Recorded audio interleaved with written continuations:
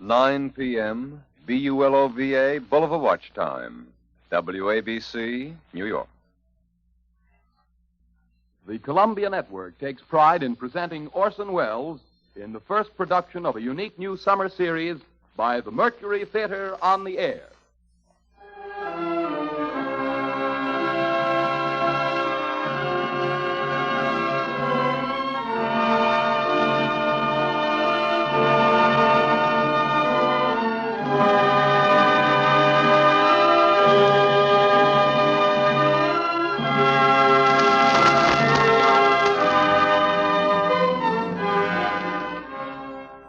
In a single year, the first in the life of the Mercury Theater, Orson Welles has come to be the most famous name of our time in American drama. Says Collier's Magazine, 23-year-old Orson Welles threw a bombshell into Broadway. Robert Benchley writes in The New Yorker, the production of the Mercury is, I should say, just about perfect. Time Magazine declares, the brightest moon that has risen over Broadway in years. Wells should feel at home in the sky, for the sky is the only limit which his ambitions recognize. And finally, the United Press remarked, meteoric rise of Orson Welles' Mercury Theater continues unabated. In late June 1938, Orson Welles was approached by CBS. He was offered a one-hour network-sustained time slot on Mondays at 9 p.m. William Paley's concept, a Mercury Theater of the Air for a 9-week trial run. Unlike Welles and Houseman's theater productions, which had several weeks of rehearsal, the show would begin in just 2 on July 11th. Houseman was nervous. He'd never done radio. Welles would direct, narrate, and star. The Mercury Theater troupe would support. Bernard Hermann would be the musical director, and Davidson Taylor supervisor. Welles called the show first-person singular. A take on Bram Stoker's Dracula was selected for the first episode. Welles and Houseman had total creative control. The premiere set the tone. Good evening. The Mercury Theater faces tonight a challenge and an opportunity for which we are grateful. We will present during the next 9 weeks many different kinds of stories. Stories of romance and adventure, biography, mystery, and human emotion. Stories by authors like Robert Louis Stevenson, Emile Zola, Dostoevsky, Edgar Allan Poe, and P.G. Wodehouse. In the cast tonight are Martin Gable, the Cassius of our production of Julius Caesar, and George Coulouris, who played Antony in that production and appeared also in our Shoemaker's Holiday and Heartbreak House, and other leading Mercury Theater players. We're starting off tonight with the best story of its kind ever written.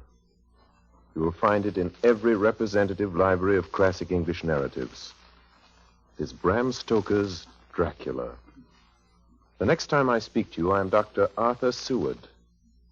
George Coulouris plays Jonathan Harker, and Martin Gable plays Dr. Van Helsing. It is Dr. Seward who tells the story, and so for the moment, goodbye, ladies and gentlemen. I'll see you in Transylvania.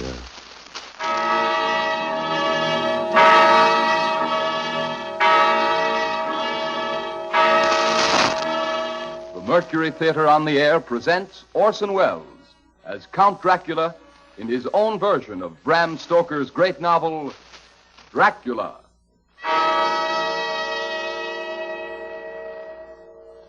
Ladies and gentlemen, my name is Arthur Seward. I'm here tonight to bear witness to the truth of certain events which you may find it hard to believe, but I ask you to believe them. I have here certain documents, telegrams, clippings from the press of the day, memoranda, and letters in various hands. All needless matters have been eliminated, so that a history almost at variance with the possibilities of contemporary belief may stand forth as simple fact.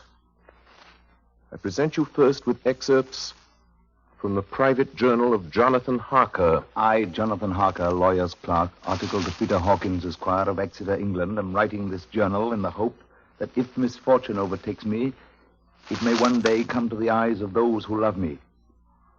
I set out from London on the last day of April to visit one of our clients in Eastern Europe. On May the 3rd, I arrived in Budapest and came after nightfall to Klausenburg on the borders of Transylvania. At Bistritz, there was a letter of welcome for me from our client, informing me that his carriage would await me at the Borgo Pass. It was signed Dracula.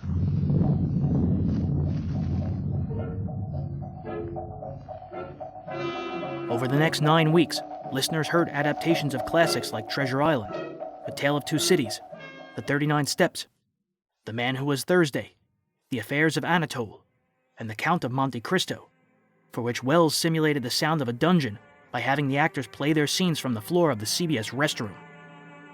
He placed 2 dynamic microphones against the bases of the toilet in order to achieve realistic subterranean reverberations.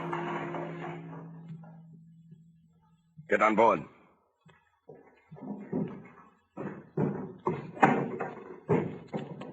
Heave up there!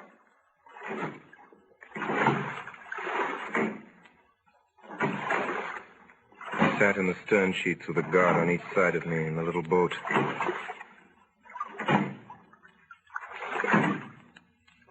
There! King's business! Lower the chain!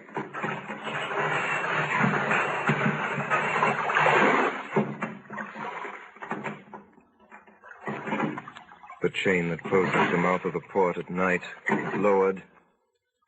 Soon we were outside the harbor. My first feeling was one of joy at breathing the fine sea air again, then of sadness as I saw the lights of La Reserve away to the left of me and heard the sound of voices and music coming through the open windows.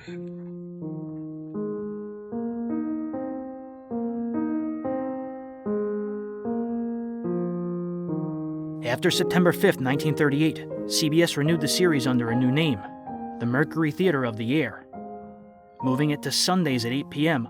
opposite NBC's highest-rated show, Edgar Bergen's Chasing Sanborn Hour. It set the stage for a series of events which would forever alter the course of Orson Welles' life. Quiet.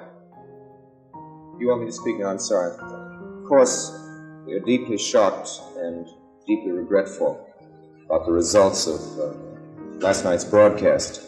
The date of the broadcast was 1939, and it came rather as a great surprise to us that a story, fine H.G. Wells' classic fantasy, the original for so many succeeding comic strips and adventure stories and novels, about a mythical invasion by monsters from the planet Mars should have had so profound an effect upon radio listeners.